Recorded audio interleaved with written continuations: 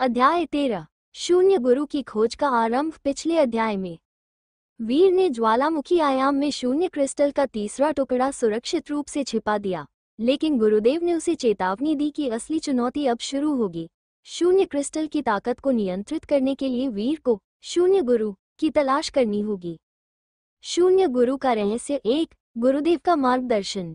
वीर अपने आश्रम में लौटकर विश्राम करता है। सुबह होते ही गुरुदेव उसे एक रहस्यमयी पत्र सौंपते हैं, जिसमें लिखा है, जो शून्य को समझे वही उसका सही उपयोग कर सकता है। शून्य गुरु की तलाश करने के लिए तुम्हें काला वन पार करना होगा। वहां मृत झील के पास एक द्वार मिलेगा जो गुरु तक तुम्हारा मार्गदर्शन करेगा। 2। वीर की मनोदशा। वीर इस चुनौती को लेकर उलझन में है। क्या शून्य गुरु उसकी मदद करेंगे या यह एक और परीक्षा होगी? लेकिन वो अपने संकल्प में अडिग रहता है। काला वन की यात्रा। 1। काला वन का डरावना माहौल। वीर काला वन में प्रवेश करता है। ये स्थान हरियाली और जीवन से दूर, अंधकार में और डरावना था।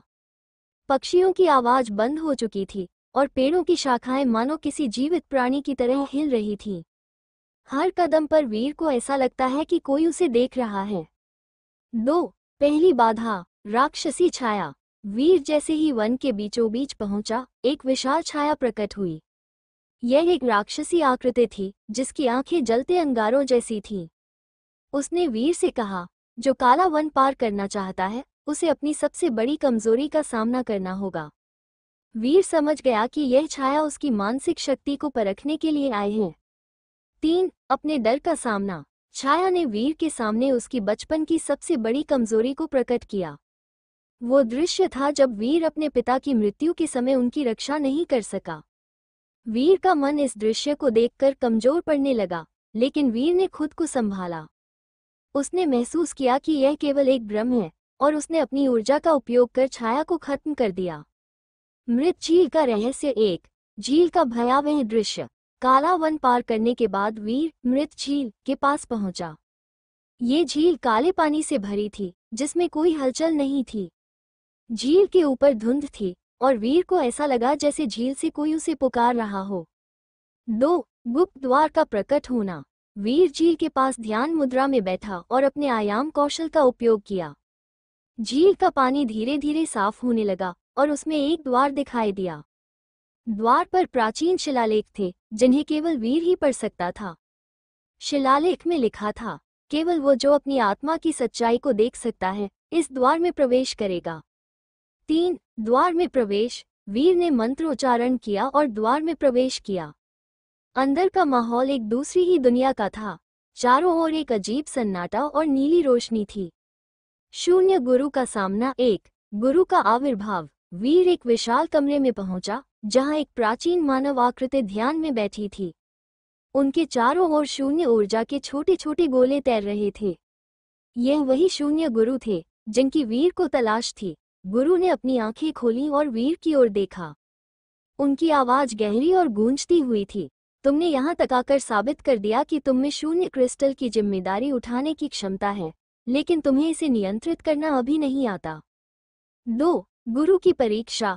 गुरु ने वीर से कहा, अगर तुम शून्य क्रिस्टल की शक्ति को सही तरीके से इस्तेमाल करना चाहते हो तो तुम्हें मेरी परीक्षा देनी होगी। वीर को 3 अलग अलग चुनौतियों का सामना करना होगा। 1। शरीर की परीक्षा, अपनी शारीरिक शक्ति को परखना। 2। मन की परीक्षा, अपने दिमाग की तीव्रता और धैर्य दिखाना। 3। आत्मा की परीक्षा, अपने भीतर की सच्चाई को पहचानना। 3। पहली चुनौती शुरू होती है। गुरु ने अपनी उंगली से एक गोल प्रकाश पैदा किया जो धीरे धीरे विशालकाय पत्थरों में बदल गया। वीर को इन पत्थरों को अपने कौशल और शक्ति से हटाना होगा। वीर ने अपने हवा और बिजली के कौशल का उपयोग किया, लेकिन गुरु ने पत्थरों को जादुई तरीके से और भारी बना दिया। वीर ने अपनी ऊर्जा को संतुलित कर पत्थरों को हटाया, लेकिन यह उसके लिए बहुत थकाऊ था। अध्याय का अंत। वीर ने गुरु की पहली चुनौती पूरी कर ली, लेकिन ये केवल शुरुआत थी। अभी भी उसे मन और आत्मा की परीक्षा पास करनी है। शून्य गुरु की सच्ची शिक्षाएं उसे किस दिशा में ले जाएंगी? अगले अध्याय में वीर गुरु की दूसरी चुनौती का सामना करेगा। मन की परीक्षा में उसे अपने सबसे बड़े भ्रम और विरोधाभास का सामना करना होगा। क्या वीर शून्य क्रिस्टल की शक्ति को समझ पाएगा? अध्याय 14 मन की गहराइयों का परीक्षण। पिछले अध्याय में वीर ने शून्य गुरु के सामने पहली चुनौती, शारीरिक परीक्षा, को सफलतापूर्वक पार कर लिया, लेकिन वह थका हुआ महसूस कर रहा था। गुरु ने कहा कि अगली परीक्षा उसकी मानसिक शक्ति और धैर्य की परख करेगी। गुरु का आदेश और मन की यात्रा। 1 गुरु की चेतावनी। गुरु वीर की ओर देखते हुए गंभीर स्वर में बोले, मन की परीक्षा सरल नहीं है। ये तुम्हें तुम्हारे डर, भ्रम और छिपी हुई इच्छाओं से रूबरू कराएगी। अगर तुम इसे पार नहीं कर सके तो तुम्हारा अस्तित्व यहाँ समाप्त हो जाएगा। 2 मन के आयाम में प्रवेश। गुरु ने एक विशेष मंत्र पढ़ा। वीर के चारों ओर अंधकार छा गया। उसे ऐसा महसूस हुआ कि वो किसी अनजानी जगह पर खींचा जा रहा है। भ्रमों की दुनिया। 1 पहला भ्रम, बीते समय का दर्द। वीर ने खुद को अपने बचपन के गांव में पाया। वो दृश्य उसके पिता की मौत का था। उसने देखा कि गांव पर हमले के समय वो एक बच्चा था और अपने पिता को बचाने में असफल रहा। दर्द और अपराध बोध उसके मन पर हावी होने लगे। अचानक उसकी माँ की आवाज़ सुनाई दी, वीर, ये तुम्हारी गलती नहीं थी। कमजोर होना गलत नहीं, लेकिन वही कमजोरी तुम्हारी ताकत बन सकती है। वीर ने अपने भीतर साहस इकट्ठा किया और दृश्य गायब हो गया। 2 दूसरा भ्रम, शक्ति का प्रलोभन। वीर अब एक विशाल राजमहल में खड़ा था। उसे राजसिंहासन पर बैठने का अवसर दिया गया। एक आवाज गूंजी, तुम्हारे पास शक्ति और अधिकार है, क्यों दूसरों के लिए लड़ रहे हो? शून्य क्रिस्टल को अपने लिए इस्तेमाल करो, पूरा संसार तुम्हारे अधीन हो सकता है। वीर इस लालच के जाल में फंसने लगा, लेकिन उसने तुरंत सोचा, अगर मैं शक्ति के लिए अपने आदर्शों को छोड़ दूंगा तो मैं अपनी आत्मा खो दूंगा। ये सोचते ही राजमहल और सिंहासन गायब हो गए। 3 तीसरा भ्रम, अपनों को खोने का डर। वीर अब एक मैदान में था। उसने देखा कि उसके दोस्त आकाश और सुरभि खून से लथपथ जमीन पर पड़े थे। एक आवाज बोली, तुमसे जुड़े हर व्यक्ति का यही अंजाम होगा।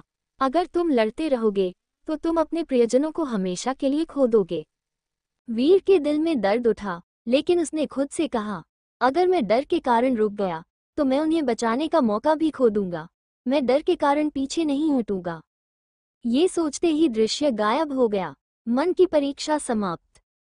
1 गुरु का प्रकट होना। वीर ने आंखें खोली और देखा कि वह फिर से गुरु के सामने था। गुरु मुस्कुराते हुए बोले, तुमने भ्रमों और प्रलोभनों का सामना किया और उन्हें पार कर लिया। ये तुम्हारी मानसिक दृढ़ता और धैर्य को साबित करता है, लेकिन अभी तुम्हें आत्मा की परीक्षा देनी होगी, जो सबसे कठिन है। 2 वीर का आत्मविश्वास। वीर ने गहरी सांस ली। उसने महसूस किया कि हर परीक्षा उसे और मजबूत बना रही है। उसने गुरु से कहा, मैं तैयार हूँ, मुझे आपकी अगली चुनौती स्वीकार है। योजक चिन्ह, योजक चिन्ह, योजक चिन्ह। आत्मा की परीक्षा की शुरुआत। 1 आत्मा का दर्पण। गुरु ने अपनी शक्ति से एक विशाल दर्पण प्रकट किया। ये दर्पण साधारण नहीं था, ये वीर की आत्मा को प्रतिबिंबित करता था। गुरु ने कहा, तुम्हें इस दर्पण में अपने असली रूप को पहचानना होगा। अगर तुम झूठ के जाल में फंस गए तो ये तुम्हें हमेशा के लिए निगल जाएगा। 2 दर्पण के भीतर का जादुई संसार।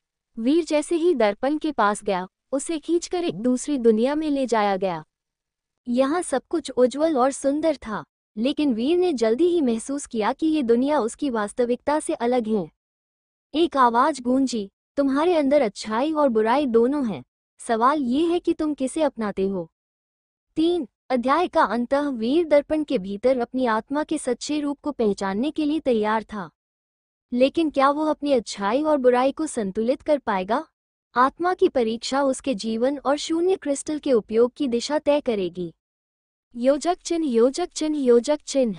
अगले अध्याय में वीर आत्मा की परीक्षा में अपनी कमजोरियों और ताकतों को पहचानने की कोशिश करेगा। शून्य गुरु वीर को अंतिम रहस्य बताएंगे। क्या वीर शून्य क्रिस्टल की सच्ची शक्ति को समझ पाएगा? अध्याय 15 आत्मा की गहराइयों का द्वार। पिछले अध्याय में वीर ने मन की परीक्षा में अपने भ्रम, लालच और डर का सामना कर उसे पार कर लिया। अब उसे शून्य गुरु द्वारा दी गई सबसे कठिन और अंतिम परीक्षा, आत्मा की परीक्षा, का सामना करना है। दर्पण का द्वार। 1 गुरु का अंतिम निर्देश। गुरु ने वीर को दर्पण के सामने खड़ा करते हुए कहा, ये दर्पण तुम्हारी आत्मा को प्रकट करेगा। यह न केवल तुम्हारे वर्तमान को दिखाएगा, बल्कि तुम्हारी छिपी इच्छाओं और अधूरी लालसाओं को भी उजागर करेगा। तुम केवल तब सफल होगे जब तुम अपनी सच्चाई को स्वीकार करोगे। 2. दर्पण की शक्ति। जैसे ही वीर ने दर्पण में झांका, उसे अपनी परछाई दिखाई दी। लेकिन ये परछाई उसकी जैसी नहीं थी। यह एक अजीब, अंधेरे और शक्तिशाली रूप में बदल गई। परछाई ने कहा, तुम मुझे नकार सकते हो, लेकिन मैं तुम्हारा ही हिस्सा हूँ। तुम बिना मेरी मदद के आगे नहीं बढ़ सकते। आत्मा के भीतर यात्रा 1. परछाई का रहस्य। वीर ने परछाई से पूछा, तुम कौन हो और मुझे क्यों रोकना चाहते हो? परछाई ने उत्तर दिया, मैं तुम्हारे अंदर का अंधकार हूँ। तुम्हारा क्रोध, तुम्हारा अहंकार, तुम्हारा डर। तुम मुझे दबा सकते हो, लेकिन मिटा नहीं सकते। अगर तुम मुझे अपनाओगे तो मैं तुम्हें वह शक्ति दूंगा जो तुमने कभी सपने में भी नहीं सोची। 2. वीर का संघर्ष। वीर ने महसूस किया कि यह परछाई उसकी कमजोरी नहीं, बल्कि उसकी ताकत भी बन सकती है। उसने सोचा, अगर मैं अपने अंधकार को स्वीकार कर लूं, तो क्या मैं सही रास्ते पर रह पाऊंगा? परछाई ने उसे लगातार उकसाना शुरू कर दिया, तुम कमजोर हो, तुमने अपने पिता को खो दिया, तुम हमेशा दूसरों पर निर्भर रहे हो, केवल मैं ही तुम्हें असली स्वतंत्रता दे सकता हूँ।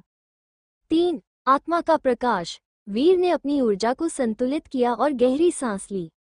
उसने परछाई से कहा, मैं तुम्हें स्वीकार करता हूँ, क्योंकि तुम मेरे ही हिस्से हो, लेकिन मैं तुम्हें अपने ऊपर हावी नहीं होने दूंगा। मैं अपने अंधकार और प्रकाश को संतुलित करूंगा। असली वीर का प्रकट होना। 1. दर्पण का टूटना। जैसे ही वीर ने अपनी सच्चाई स्वीकार की, दर्पण में दरारें पड़ने लगीं। परछाई धीरे धीरे गायब हो गई और दर्पण के अंदर से एक उज्ज्वल प्रकाश निकला।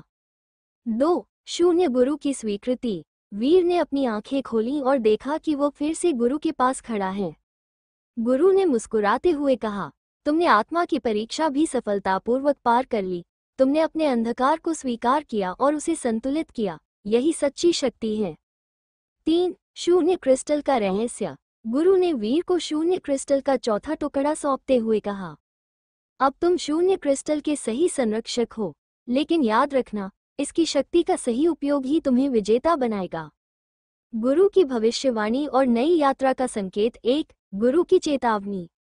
गुरु ने वीर से कहा, तुम्हारे पास अब शून्य क्रिस्टल के 3 टुकड़े हैं, लेकिन चौथा और अंतिम टुकड़ा सबसे खतरनाक स्थान पर है, कालरात्रि आयाम में।